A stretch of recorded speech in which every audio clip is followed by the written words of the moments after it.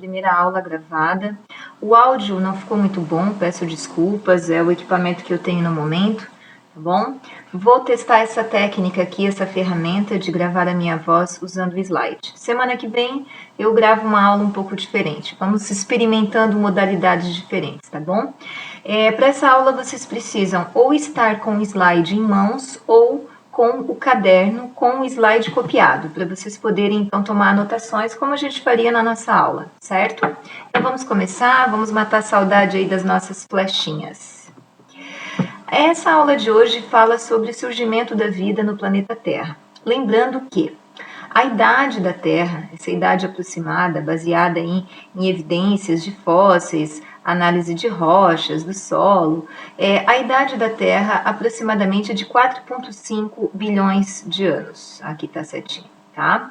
E os primeiros seres que teriam surgido no nosso planeta, muito provavelmente, porque nós já aprendemos que na ciência não existe verdades absolutas, né? Deixa eu fechar aqui, desculpa. Não existe verdades absolutas. Tudo é uma questão de pesquisa, de evidências, de experimentos, mas essa verdade científica ela pode e sempre pode ser reformulada, revista. Então, com relação à origem da vida, nós também temos evidências, mas também há muitos questionamentos, há pontos ali ainda não muito bem esclarecidos, tá? O conhecimento científico é uma caminhada e a cada geração sempre vem novas descobertas. Então, voltando aqui, a idade da Terra, então, aproximadamente 4,5 bilhões de anos. Os primeiros seres que teriam surgido acredita que foi em torno de 3,5 bilhões de anos atrás. Isso quer dizer que nós temos aqui aproximadamente 1 bilhão de anos de um planeta Terra desabitado. Esse planeta que você vive hoje, que você conhece, ele não é o mesmo planeta Terra de bilhões de anos atrás. Então, essa Terra primitiva, deixa eu fechar aqui de novo, que chatinho. Essa Terra primitiva de bilhões de anos atrás, como ela era? Eu quero que vocês anotem aí, flechinha nessa parte, Terra primitiva. Ela era quente, tá? Ela tinha uma atmosfera tóxica, não tinha nenhuma forma de vida, não tinha nenhuma bactéria microscópica ali habitando, nada. Tinha muitos vulcões, pode anotar aí, flechinha aí, muitos vulcões, muitos relâmpagos, descargas elétricas, e a atmosfera era tóxica. Depois a gente vai falar mais sobre essa atmosfera tóxica, certo? Então, era meio que uma coisa meio que lunar, assim, né? Uma terra devastada. Era uma terra inóspita, ou seja, não tinha condição de vida nessa terra. Então, ao longo da história da humanidade, foram surgindo hipóteses, né? Ideias que se tentasse explicar como teria surgido essa vida. Fechando de novo. A primeira hipótese é a hipótese do criacionismo, que atualmente também vem sendo chamada de designer inteligente. Essa hipótese ela é muito fundamentada nas escrituras bíblicas, né? A Bíblia é um livro de história, ela tem a sua linguagem, tem os seus registros, ok?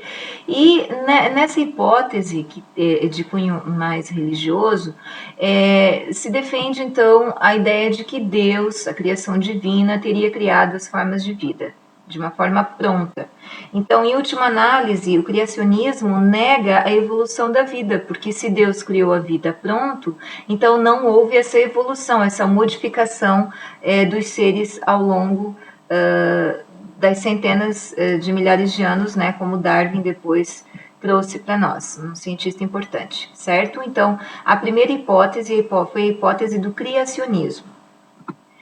A segunda hipótese que eu vou falar para vocês, e aí eu vou fechar isso aqui, deseja alterar? Não quero, está sempre voltando, fechei.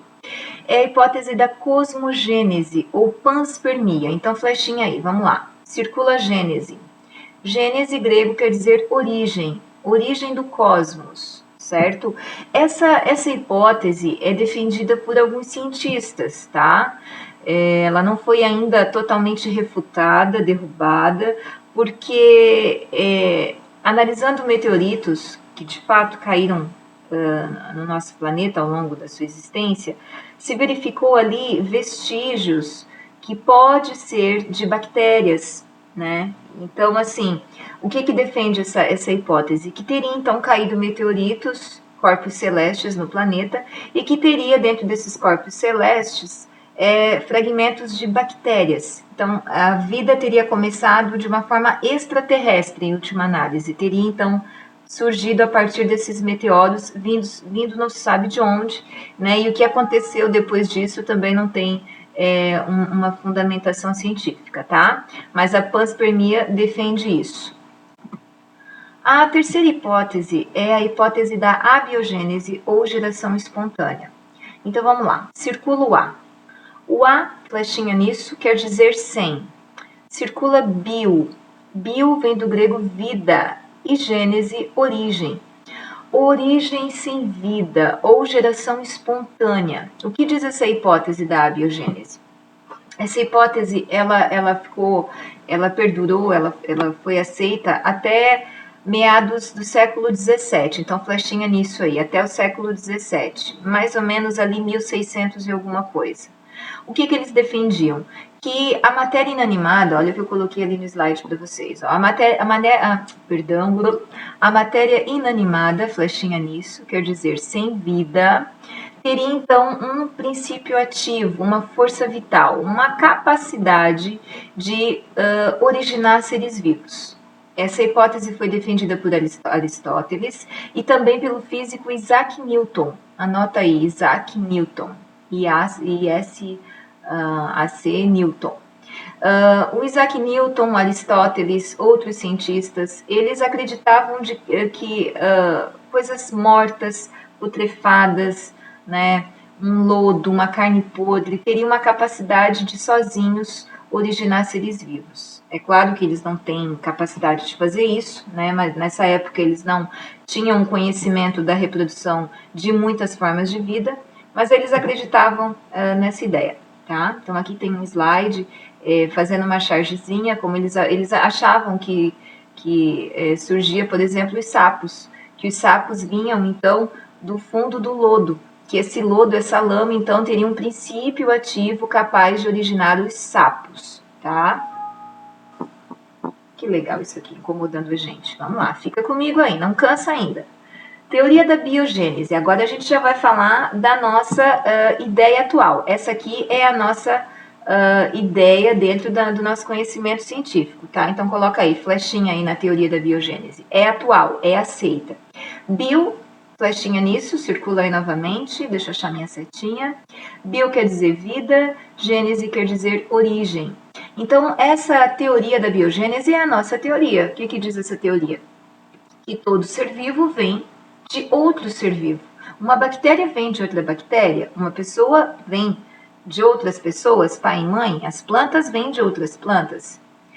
Aqui a gente vai falar de alguns defensores importantes. O primeiro deles foi esse italiano aqui, Francesco Redi, tá? O Francesco Redi foi um cara muito importante na história da biogênese, porque ele foi o primeiro a confrontar a ideia da geração espontânea.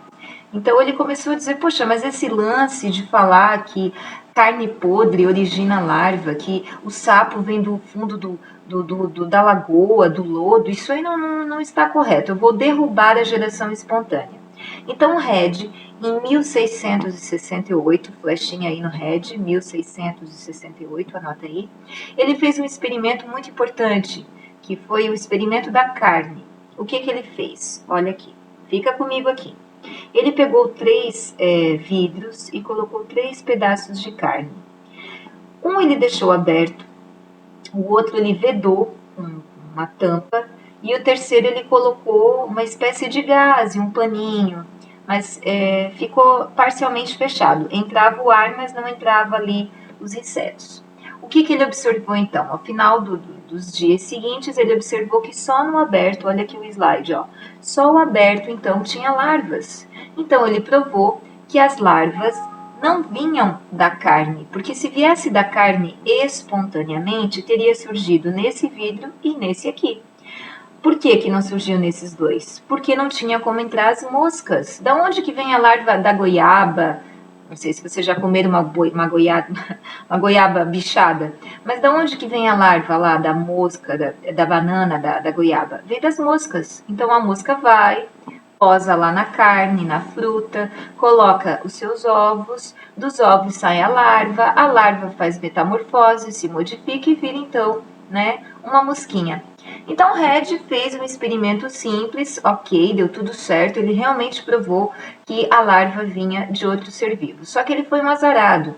Na mesma época que ele fez esse experimento, surgiu então lentes de aumento, os primeiros microscópios. E aí, com esses primeiros microscópios, os cientistas verificaram que tinha vida microscópica na água. E eles achavam assim: poxa, são seres tão pequenos que só podem ter surgido espontaneamente. Então, Red foi derrubado pelo surgimento do microscópio, coitado, né? Então, flechinha aí no Red, vamos lá, põe aí. Foi derrubado, entre aspas, pelo microscópio, ok? Então, ele não entrou para a história como o cientista que derrubou a hipótese da geração espontânea. Ele ficou como o primeiro cara que tentou, mas não conseguiu, por causa do advento da invenção do microscópio, tá? Aí veio um outro cientista, um francês, Louis Pasteur, flechinha aí, Louis Pasteur, em 1862. Louis Pasteur fez o quê? Não, filha, vai lá com o papai, a mamãe tá trabalhando.